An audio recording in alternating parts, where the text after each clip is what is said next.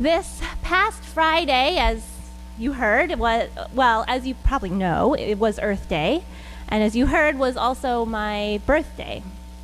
Because of this annual confluence of events, I have often had Earth Day themes woven into my celebrations, especially as a child. The game I remember best was Oscar the Grouch Trash Pickup, a game that involved walking around the neighborhood picking up trash.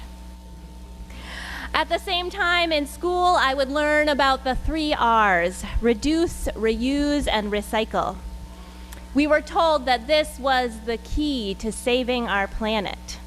And so we sorted our recycling, we tried to use less paper, and we embraced hand-me-downs. These are all individual solutions to a problem that is so much bigger than that. By now, we know that the climate crisis is much more serious than we can solve with a simple trash pickup and hand-me-downs. We need broad, systemic changes to our way of being in order to keep this world inhabitable. What feels frustrating for climate activists in this moment is that the political will is just not there. Our government has thus far failed us, leaving us to struggle along trying to solve this communal problem with individual solutions. These solutions are not meaningless. I still recycle and pick up trash sometimes, but they will not be enough. And meanwhile, the clock is ticking. The amount of time we have to change course is less each day, and people around the world are feeling the real impacts of climate change. Homes lost to natural disasters, water shortages, and changing growth patterns among crops are just a few of the ways that climate change is here right now. All of these are affecting the most vulnerable, the most marginalized, the least privileged in our world the most. And it is the most privileged who are making the choices that put those lives at risk. The choice to ignore the urgent calls to action because they would have to make sacrifices to answer those calls. Because it would take money and power, and those who have money and power are just not interested. So those without suffer. And we are all told to keep recycling, and maybe one day it'll just work itself out. For a large part, we have been left to deal with the COVID-19 pandemic in the same way, with individual solutions to a communal problem. At first, we were told to wash our hands and stop touching our faces, then to stay 6 feet apart. There has been a reluctance in this country to opt for mandates or to offer extra support during this time. We have been left largely on our own, which inevitably means that the inequalities of this country have simply become starker and starker.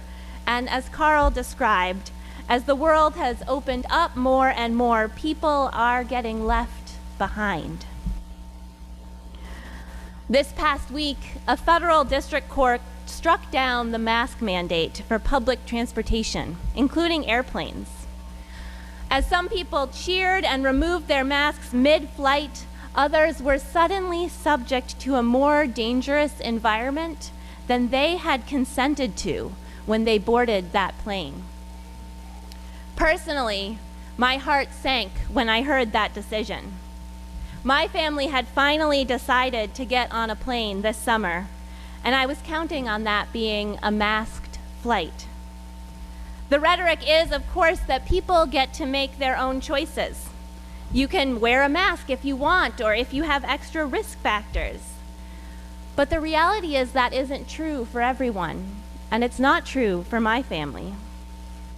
Not only are my kiddos too young to be vaccinated, my youngest is too young to safely wear a mask.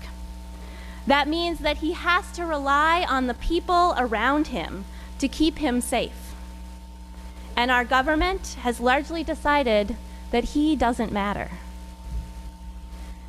It is so hard to know what to do when those in power cede their responsibility to the choices of individuals.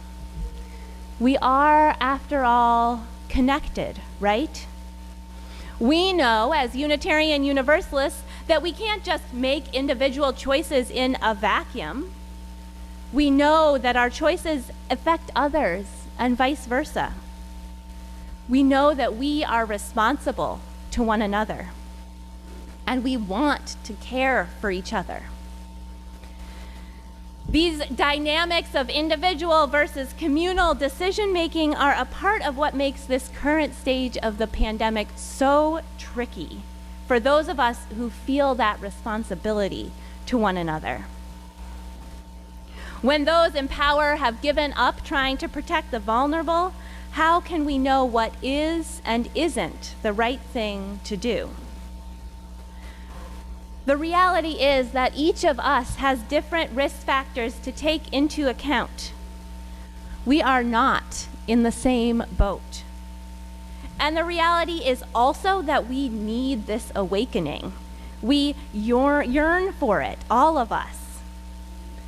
And it looks so different for each one of us. We are all on different timetables.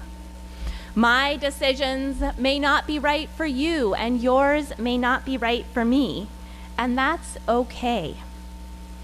We have been left largely on our own to make these risk calculations.